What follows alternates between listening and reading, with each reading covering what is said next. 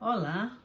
Hoje eu queria trazer para vocês uma continuação do nosso último episódio, mas esse olhar para a aprendizagem como envolvendo o todo, né?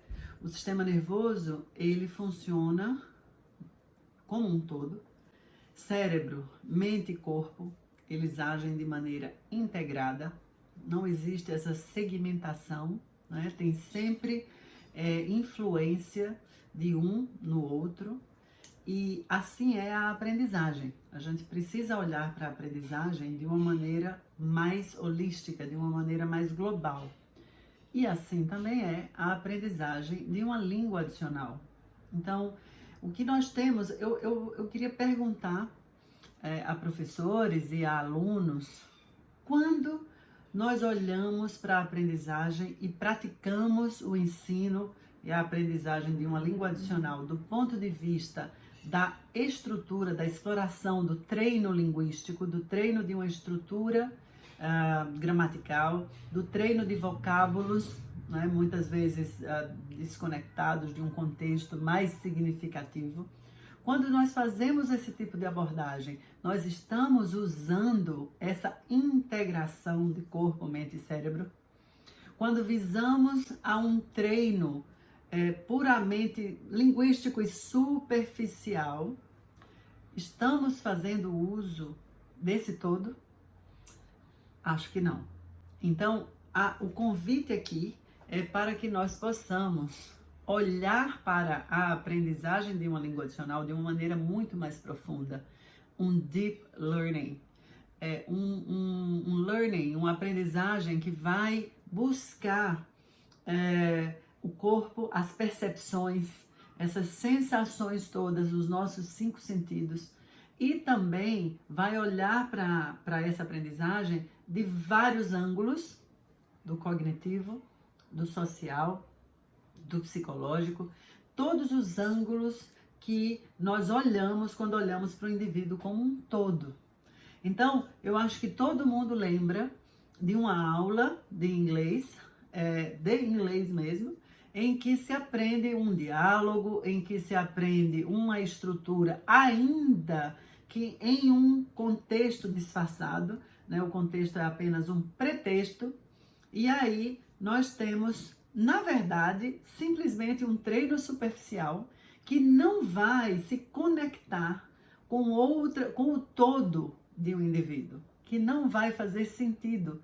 O contexto precisa fazer sentido. Além disso, nós precisamos entender que quando estamos aprendendo uma nova língua, uma língua adicional, estamos mexendo com a nossa identidade. Então, se esse aprendizado for profundo, então, se nós formos olhar para a língua adicional como também um fator que vai nos transformar, esse ensino não pode ser visto dessa maneira superficial. Então, ao invés de termos um treino linguístico, teremos uma experiência em que a língua é um dos fatores. E a língua, ela precisa ser usada para o que ela de fato existe. E para que ela existe? Para se comunicar, para construir conhecimento, para desenvolver competências. Ela é a maneira que o nosso cérebro tem de transformar conceitos que podem ser mais abstratos em palavras, conhecimento tangibilizar por meio da língua. Então, a língua é muito, muito mais do que simplesmente frases para uma comunicação simples. Ela é muito mais profunda e ela pode causar em cada indivíduo transformações muito, muito mais profundas do que simplesmente você falar alguns diálogos ou de você aprender a se virar.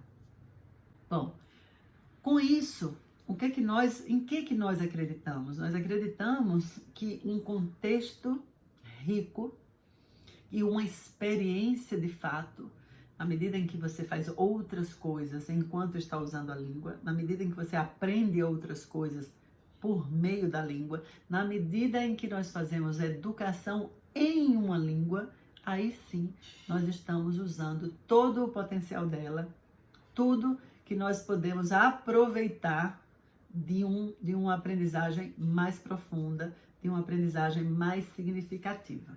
Então, existem algumas referências muito interessantes para isso. Tem um texto muito bacana do Joseph Scholz, que é um professor inglês que trabalha no Japão, numa universidade japonesa, e ele tem toda uma defesa desse deep learning, desse intuitive learning, que faz muito sentido. Então vejam aí a referência, deem uma lida, que eu acho que vale a pena enveredar por esse mundo muito mais amplo da aprendizagem via uma língua adicional, enquanto também desenvolvemos a própria língua, tá bom? Então, até o próximo episódio e eu espero que tenha sido de valia para vocês. Tchau!